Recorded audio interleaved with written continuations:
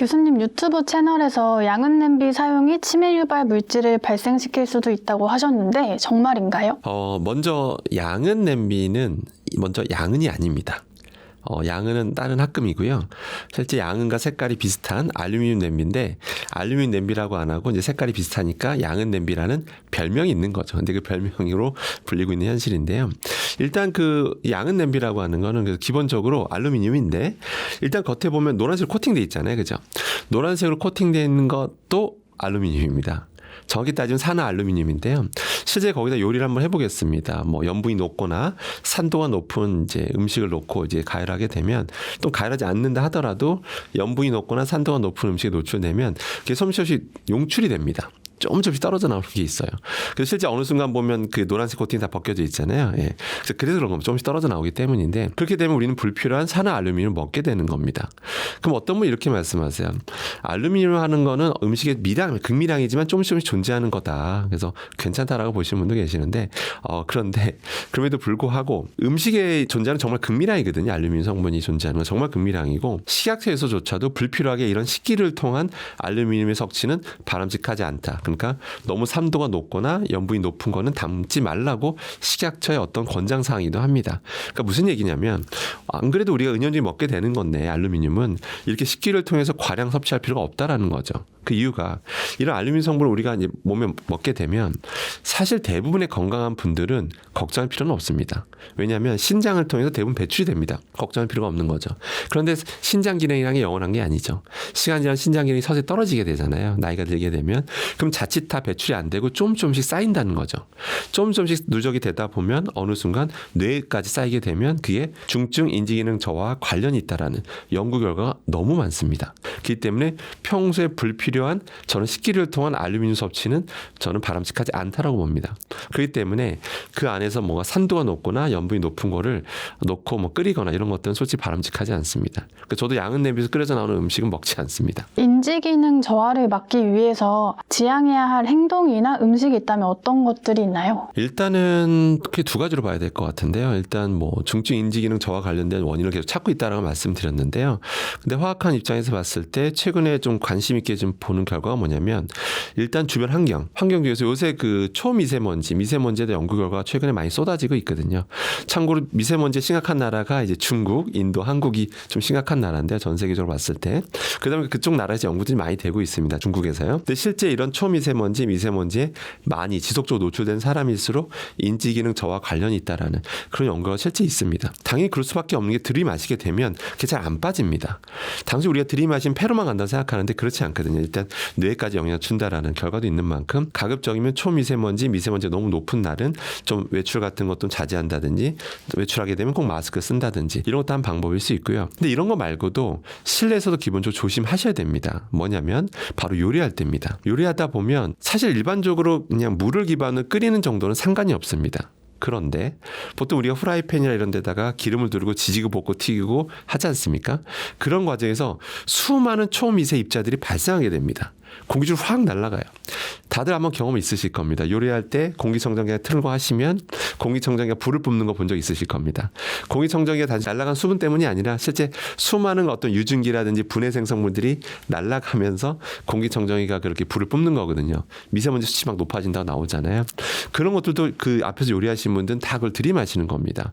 당연히 중증 인지기능 저하 관련이 있다는 연구 결과도 있기 때문에 최대한 노출을 최소화하셔야겠죠. 그래서 저는 두 가지 당부드립니다. 고온에서 지지고 볶고 튀기고 구우시면 반드시 환기하면서 요리하시라는 겁니다. 여기서 환기라는 건 옆에 창문 하나 여는 게 아니라 두 군데 이상 여는 거죠. 그래서 공기순환이 잘 되게 해주셔야지만 그런 오염물질 농도가 확 떨어집니다. 제가 직접 실험한 결과입니다. 그렇기 때문에 환기를 잘하자는 거. 그다음에 제일 중요한 건 뭐냐면 바로 가급적이면 지지고 볶고 튀기고 굽는 이런 요리 비율을 좀 줄이고 가급적이면 물을 기반으로 한 끓이거나 아니면 데치거나 이런 정갈한 음식들 있잖아요. 그런 음식들 비중을 높이시는 게 가장 바람직합니다. 자, 그렇게 보시면 될 것 같고 그럼 일단 먹는 식품으로도 봤을 때 특정 유해 중금속들이 우리가 많이 노출됐을 때 그런 것들이 몸에 안 빠지거든요. 계속 잘 쌓이기 때문에 전 세계적으로 선진국 위주로 이런 어떤 식품에 존재하는 어떤 유해 중금속들의 함량을 계속 관리하고 있습니다. 우리나라도 당연히 관리하고 있고요. 그래서 그런 거 영향 주는 것들이 지금 계속 찾고 있는데 뭐 중금속 납이 영향을 준다든지 아니면 메틸수분이 영향을 준다든지 이런 것들이 지금 계속해서 밝혀지고 있거든요. 그러니까 당연히 관리하는 게 맞는 거겠죠. 근데 그런 메틸수분 같은 것들은 실제 어류 중에서 상위 포식자로 갈수록 좀 높다라는 연구 결과 이미 다 나와 있는 만큼 가급적이면 또 식습관, 특히 수산물 드실 때 너무 상위 포식자 어류들은 좀 섭취량 먹지 말라는 게 아닙니다. 그걸 먹으면서 얻는 이점도 있거든요. 근데 너무 과한 섭취는 좀 바람직하지 않고 가끔 먹는 별미가 제일 좋겠다. 이렇게 보시면 되겠습니다. 먹는 것에도 주의가 필요한데요. 특히 요즘 소금을 아침에 물에 타먹는 문화가 인기인데 교수님 책에서 소금도 안심할 수 없다고 하셨어요. 그 이유가 무엇인가요? 일단은 소금을 우리가 안 먹고 살 수는 없습니다. 당연히 먹고 살아야 되는 건데요. 그래서 뭐 소금 자체가 나쁘다 이런다기보다는 일단 소금이랑 크게 두 가지로 보면 될 것 같아요. 바로 천일염. 유행하는 천일염이 있고 그다음에 좀 정제소금 크게 두 부류로 나눌 수가 있는데요.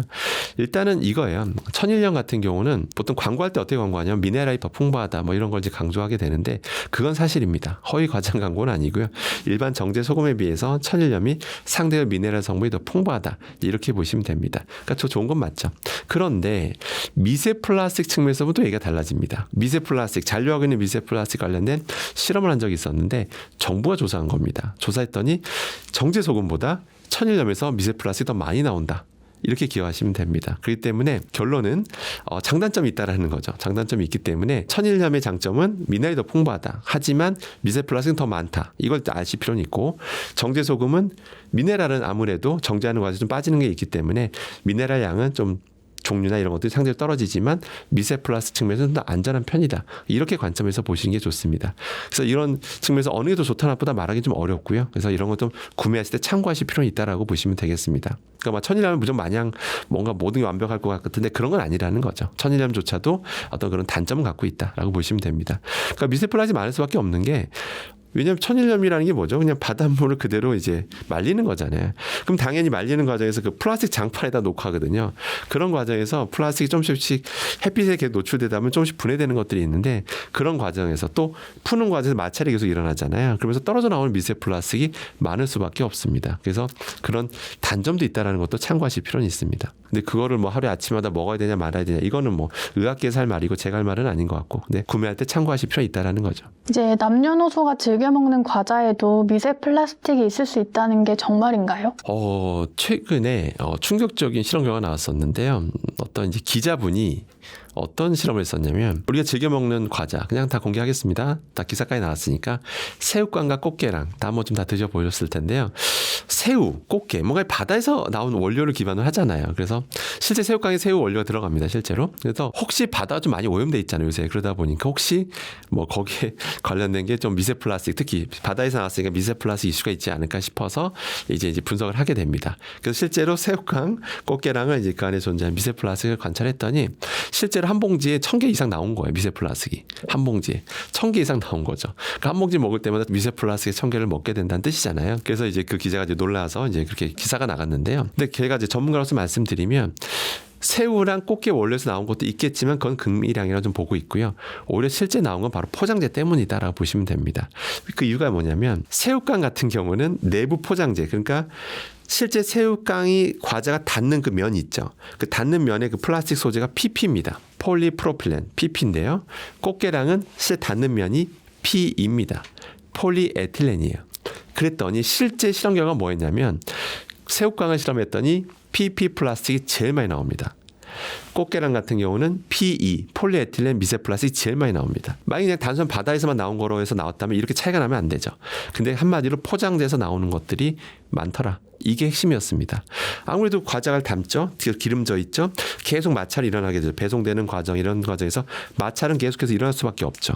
그런 과정에서 떨어져 나오는 것들이 한 봉지당 1000개가 넘었다. 이게 핵심입니다. 근데 신기한 건 뭐냐면 더 우리가 주의해야 될 거는 기준 크기가 그때 관찰한 미세 플라스틱 기준 크기가 20 마이크로미터였어요. 20 마이크로미터 이상만 본 거죠. 20 마이크로 이상을 봤을 때 1000개 이상 나왔다는 얘기는 만약에 20 마이크로미터 미만도 봤다면 어땠을까요? 1000개가 아니라 더 많이 나왔겠죠. 실제 한 봉지당 수천 개의 미세 플라스틱을 먹을 수 있다라는 결과가 최초로 우리나라에서 실험 결과가 나왔다라는 거죠. 그렇기 때문에 이것도 아직 섭취하는 데 있어서 좀 참고하실 필요는 있고요. 근데 정부에서 뭐 규제해야 되는 거 아니야 이렇게 말씀하실 수도 있는데 아직 그런 거 없습니다. 왜냐하면 미세 플라스틱은 아직 유해 화학 물질로 등록된 게 아닙니다. 아마 그런 얘기 못 들어보셨을 겁니다. 정부에서 뭐 예를 들어서 과자당 또는 페트병 물에서 미세 플라스틱 검출된 개수가 1ml당 예를 들어서 몇 개 이하로 나와야 돼. 이런 거 못 들어보셨을 겁니다. 그런 기준 없습니다. 근데 왜 없을까요? 아직 미세 플라스틱 개수를 세는 그 검출 방법이 있을 거 아니에요. 그거조차도 아직 전 세계적으로 표준화된 방법이 없습니다. 그러니까 세계적인 논문들을 봐도 결과들이 다 천차만별이에요. 학자들마다 이렇게 하는 게 맞을 거라고 판단하는 방법으로 하다 보니까 다 방법들 다른 방법을 쓰다 보니까 결과도 다 다른 거예요. 예, 그만큼 미세 플라스틱, 나노 플라스틱을 관찰하는 아직 방법조차 아직 표현되는 게 없다라는 거죠.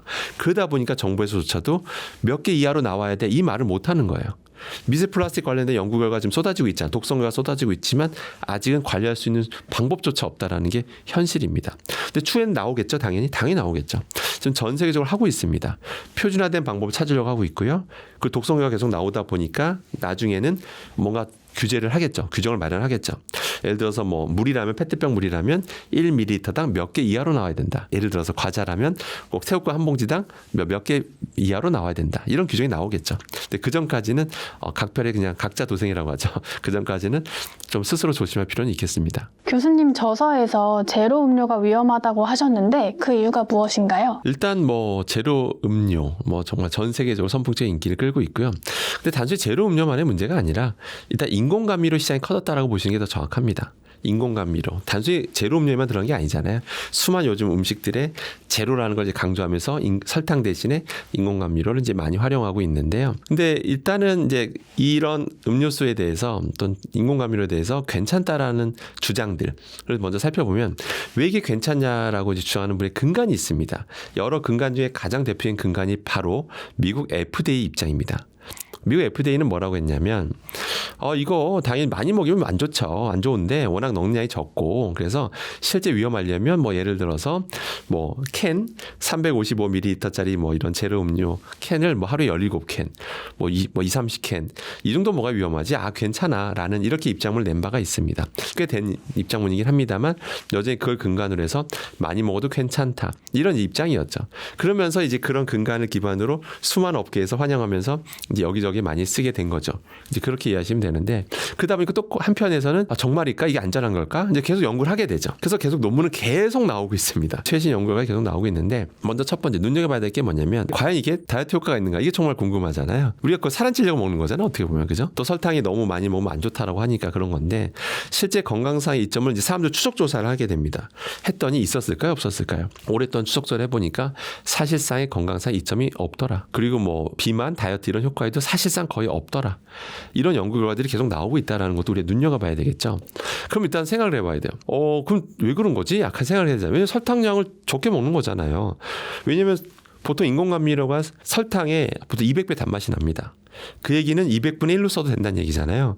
굉장히 적은 양을 쓰는데 어떻게 또 뭐 딱히 건강상 이점도 없고 뭐 비만 다이어트 효과도 없는 이유가 뭘까요? 제 경험으로도 말씀드리면 단맛이라고 하는 건 결국 뇌가 인지하는 겁니다. 혀에서 먼저 닿았지만 뇌가 인지하는 거거든요. 뇌는 보상 시스템이라는 게 있습니다. 단맛에 길들여지면 그 단맛을 계속 찾게 돼 있습니다. 제 경험을 말씀드리면 지금은 완전 탄산음료 끊었지만 제가 뭐 10몇 년 전만 해도 이런 어떤 탄산음료 이런 단 거 거의 중독 수준의 그런 식습관을 보였던 적이 있는데요. 그런 걸 먹잖아요. 그럼 어떻게 되냐면 계속 그 단맛 때문에 평소 식습관이 완전 변합니다. 아침, 점심, 저녁 먹을 때 밍밍한 걸 먹지를 못해요. 샐러드 이런 거 못 먹습니다. 억지로 먹지 않아서 못 먹어요. 계속 지극적인 단맛을 찾게 돼 있습니다. 더 많이 먹는 건 말할 것도 없고요. 계속 지속적인 자극적인 맛을 찾다 보니까 식습관이 엉망이 되죠. 살 안 빠집니다. 그래서 제로 음료나 이런 거에 약간 길들여져 계시면 살 절대 안 빠집니다. 실제 건강상에 좋을 것도 없고요. 그래서 실제 여러 논문에서 실제 건강상 이점이 없다고 나온 거고요. 자, 그러면 이제 유해성을 봐야 되는데 유해성까지 보게 된다면 최근에 어떤 연구가 나왔냐면 과연 일반 설탕 탄산음료와 제로 음료라고 하죠. 제로 탄산음료를 비교해봤어요.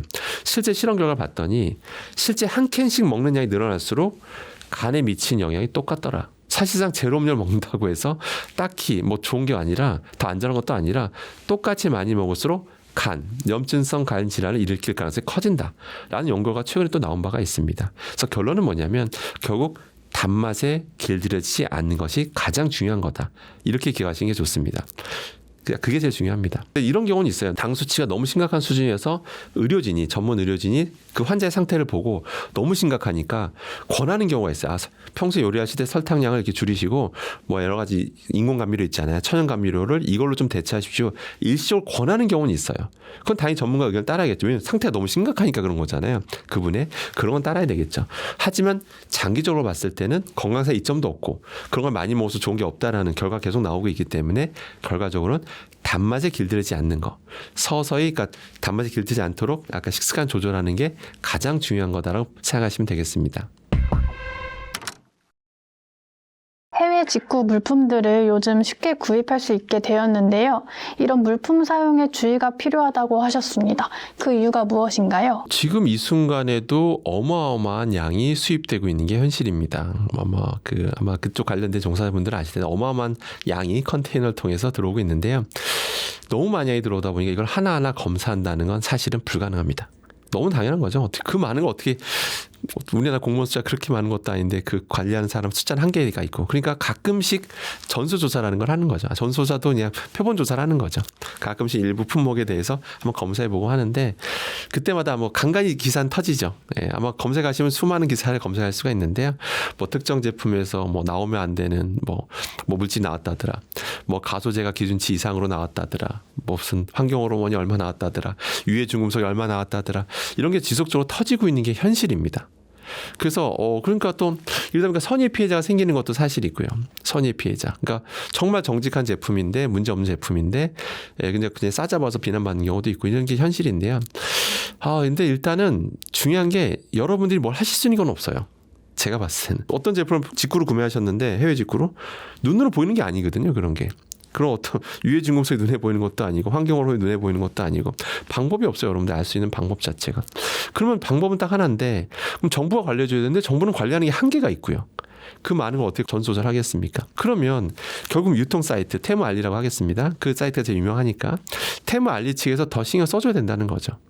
테무알리 때는 말 그대로 플랫폼 회사잖아요. 예를 들어서 특히 중국 업체가 많잖아요. 그럼 중국 업체가 여기 등록돼 있는 거잖아요. 우린 그걸 주문해서 들어오는 건데 예를 들어서 그런 문제가 되는 회사들은 퇴출시켜야 되는데 근데 제가 봤을 때 그런 제품이 유통되는 것 자체가 그 해당 나라에서는 그런 좀 문제가 되는 제품들, 뭐 중금속이 너무 좀 많다든지, 뭐 프탈레이터 좀 많이 나온다든지 이런 것들에 대해서 규제가 없는 게 아닌가, 규제가 너무 약한 게 아닌가 이런 생각이 솔직히 듭니다. 그런 걸 팔아도 문제가 없으니까 멀쩡하게 테무알리에 등록해놓고 우리나라까지 들어오는 거 아니겠습니까? 저는 그래서 그 해당 나라에서 조금 더 규제가 좀 더 강화된다 좀 보고요. 또 테무알리 같은 사이트에서는 어떤 좀 문제가 됐던 회사는 아예 그냥 그 뒤로는 거래를 안 하는 거죠. 이런 것들이 돼야 좀 약간 또 경각심을 갖고 이런 업체에 조심할 텐데 이게 적어도 수출용에 대해서는 또 이게 규제가 별로 없는 건지 자기 나라에서 유통되는 게 아니잖아요. 그래서 그런 건지 모르겠는데 자꾸 저런 수입산 제품에서 문제가 되고 있는 건 사실이고요. 그래서 이건 저는 일반 국민들이 조심하는 건 좀 한계가 있다고 저는 솔직히 봅니다. 왜 그런 것들 보면 시험 정적서 다 갖고 있어요. 뭐 시험 정적서에 있어서 안전하다 말은 하는데 정작 분석해 보면 우리나라에서 적발해서 보면 조사하다 보면 자꾸 그런 제품들이 계속 적발이 되고 있는 게 현실이고요. 그래서 저는 해당 나라에서 특히 그 해당 사이트에서 더 관리해야 될 문제라고 저는 봅니다. 그래서 이거는 당장 어떤 소비자분이 뭘 할 수 있는 건 없습니다. 제가 봤을 때는. 고데기 사용이나 파마 등의 헤어스타일 관리가 유해하다고 하셨는데 그 이유가 무엇인가요? 일단 고데기는 많은 분들이 아마 쓰실 텐데요. 고데기 당연히 많이 쓰는 제품이다 보니까 우리나라만 쓰는 게 아니잖아요. 그러다 보니까 다른 나라에서도 그게 궁금했나 봐요. 어떤 학자들이. 그래서 과연 고데기 쓰는 건 과연 문제가 없냐. 왜냐하면 고온이 발생하니까 혹시 그 과정에서 유해물질이 나오는 건 아닐지 이런 것들에 대해서 조사를 한 연구 결과 최근에 발표가 됐었는데요. 근데 결과가 되게 충격적이었습니다. 일단 두 가지로 봐야 되는데요. 첫 번째는 우리 보통 고데기를 그냥 쓰시는 분도 있더라고요. 당연히 그냥 고데기 그냥 쓰는 분도 있지만 보통은 헤어 제품을 바르고 쓴다라는 거죠. 헤어 제품 바르고 써야 더 효과가 좋거든요. 실제 그 연구 중에 어떤 실험했냐면 헤어 제품 바르고 해본 거예요. 쫙 고데기를 썼더니 온도 설정이 되잖아요. 그래서 210도 정도로 이제 설정해서 했더니 정말 어마어마한 양이 뿜어져 나오더라. 어마어마하게 분해 생성물들이 어마어마하게 공중에 날아가더라. 그런 게 다 뭐 초미세먼지자, 뭐 초미세 입자 이런 것들인데 그런 유해화학 물질들이 과연 우리가 들이마시게 되는 건데 얼마나 들이마시는지 시뮬레이션까지 해봅니다. 정말 수십억 개가 달라붙더라. 실제 폐에 달라붙더라. 이런 연구 결과를 세계 최초로 밝힌 바가 있습니다. 그렇기 때문에 저는 일단 이걸 어떻게 보냐면 일단 우리 여러 소비자분들은 일반 구독자분들은 많이 해야 하루에 한 번일 겁니다. 아침에 하루에 한 번 하지 않겠습니까? 가장 문제가 되는 곳은 미용실이죠. 미용실 거기 종사자분들은 그런 거 많이 쓰잖아요. 하다 보면 정말 그래서 미용실 공기질이 안 좋을 수밖에 없어요. 실제 연구 결과도 있고요. 실제 미용실 그 공기만 조사한 적이 있었는데 정말 안 좋습니다. 안 좋은 그런 결과도 있었고요. 근데 일단 일반 가정집에서 봤을 때 그래도 일단 많이 뿜어져 나오는 건 사실이기 때문에 특히 밀폐된 공간이 있을수록 수십억 개가 정말 폐포에 달라붙을 수 있다는 결과도 나온 만큼 당연히 좀 조심해야 되겠죠. 당연히 붙으면 잘 안 떨어집니다. 그래서 좀 오픈된 공간에서 쓰는 게 좋다라는 거죠. 그러니까 방문 걸어 잠그고 하는 것보다는 오픈된 거실에서 한다든지 좀 이렇게 전선 연결해서 뭐 아무튼 또 아무튼 창문 다 열어놓고 한다든지 이렇게 좀 환기가 잘 되는 조건에서 하시기를 좀 당부드리겠습니다. 그다음에 고데기 자체. 그럼 헤어 제품 안 바르면 괜찮은 거 아니야 이렇게 생각할 수가 있는데요. 헤어 제품이 안 발라져 있어도 오래 쓰다 보면 오염물질 좀 붙잖아요. 때가 타고 막 이거 있잖아요. 그러면 그게 분해돼서 날아가더라. 이게 핵심이에요. 그래서 이런 고데기 제품에 헤어 제품 안 쓰시더라도 주기적으로 좀 닦아주셔야 된다는 거. 반드시 청소를 해주셔야 된다는 거 꼭 명심하시길 바라겠습니다. 일단 파마는 좀 다른 얘기인데요. 실제 파마 관련된 염색 파마는 또 우리나라만 하는 거 아니잖아요. 전 세계적으로 많이 하다 보니까 연구가 계속 되고 있습니다. 예전에 어떤 연구가 있었냐면 2019년에 뭐 염색을 많이 한 사람일수록 뭐 유방암 걸릴 가능성이 뭐 크다더라. 뭐 이런 연구 결과도 뭐 실제 있었는데요. 물론 그거는 이제 가족력이 있었던 사람들만 모아놓고 하다 보니까 아마 유방암 관련된 환자가 있는 사람들 대상으로 가족력이 있는 사람들 대상 하다 보니까 상관계가 더 명확하게 나타났다. 그런 지적이 있었어요. 그러다 보니까 위암으로 넘어갔었는데 또 그 뒤에는 뭐 스트레이트 파마를 많이 한 사람일수록 뭐 자궁암 걸릴 가능성이 높아지더라. 또 이런 연구 결과도 그러니까 추적 조사를 해보니까 그런 상관계가 있다라는 연구 결과도 나온 바가 있습니다. 근데 아직도 명확히 결론 난 건 사실 없어요. 명확히 결론 난 건 없고요. 그래서 좀 더 시간이 많이 흘러봐야 될 것 같습니다. 근데 기본적으로 조심할 필요는 있겠죠. 그러다 보니까 기본적으로 파마할 때는요. 여러분들 그 퀴퀴한 냄새들 많이 하다 보면 맡게 되잖아요. 맡게 되는데 그게 다 몸에 좋은 게 하나도 없습니다. 그래서 다 휘발성 유기 화합물들이고 역시 가장 위험하신 분은 미용실 거기 종사자분들이 제일 위험하고요. 근데 여러분들은 뭐 염색 파마를 해봤자 뭐 매일 하시는 것도 아니고 많이 해봐야 뭐 한 달에 한 번, 두 달에 한 번이실 텐데 뭐 그 정도 하는 양에 노출되는 건 사실 그렇게까지 현재 크게 보고 있지는 않은데요. 근데 혹시라도 뭐 집에서 하신다면 가급적이면 좀 환기가 잘 된 조건에서 염색이나 파마를 하시는 게 좋다라는 것도 좀 기억하실 필요는 있겠습니다. 그리고 두피에 닿는 면적을 최소화. 아니 염색 파마하면서 어떻게 두피에 안 닿을 수 있냐라고 하실 수가 있는데 그래도 빗으로 막 찍어 누르듯이 이렇게 하시는 분들이 있어요. 그러면 그 두피를 거의 찍어 누르듯이 하는 거는 정말 그 화학약품이 피부를 통해 흡수될 가능성이 커지기 때문에 그렇게까지 하시는 건 좀 지양하시는 게 좋겠습니다. 물티슈나 휴지향이 진할 경우에도 위험하다고 하셨는데 그 이유가 무엇인가요? 참고로 가습기 살균제 사건 일어난 이후로 굉장히 규제가 강화됐습니다. 그래서 물티슈나 뭐 이런 것들 보면 성분들이요 다 정부가 허락한 성분들입니다. 정부 허락한 성분들만 쓸 수가 있어요. 그렇기 때문에 기본적으로 안전하다 일단 보시면 됩니다. 그래서 너무 위험성에 대해서 걱정하실 필요는 없고요. 근데 다만 각 성분은 허용된 거 맞잖아요. 맞는데 그 성분에 대한 비율 이런 것들에 대해서는 그 회사가 자체적으로 판단할 수가 있습니다. 그러니까 특정 그 성분들의 비율이 있잖아요. 근데 어떤 회사들 제품들 보면 그 향을 내는 그런 향료 성분을 너무 지나치게 많이 쓰는 회사들이 있어요. 왜냐하면 그 향을 또 좋아하는 사람들이 있거든요. 뭔가 향이 진하게 나야 뭔가 기분이 좋아진다라고 생각하시는 분들 때문인지 몰라도 특정 제품들 보면 너무 향이 진한 게 있습니다. 저도 맡아보고 정말 머리가 아플 정도로 진한 그런 것도 이제 제품도 물티슈 중에 본 적도 있는데요. 이제 그런 것들은 향료를 너무 많이 넣어서 그래요. 쉽게 얘기해서. 그래서 그런 것들 너무 지나치게 많이 들이마시게 되면 실제 알러지라든지 이런 것도 상한계가 있을 수도 있기 때문에 기본적으로 너무 향이 진한 제품들은 너무 좀 약간 좀 피하시는 게 제일 좋고요.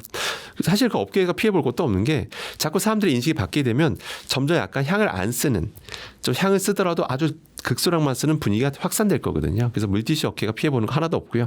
그러니까 너무 향을 진한 것들은 좀 구매하는 것들을 약간 참고하실 필요가 있다는 거죠. 그렇게 하다 보면 업계도 자연스럽게 바뀌게 돼 있습니다. 이렇게 보시면 되겠습니다.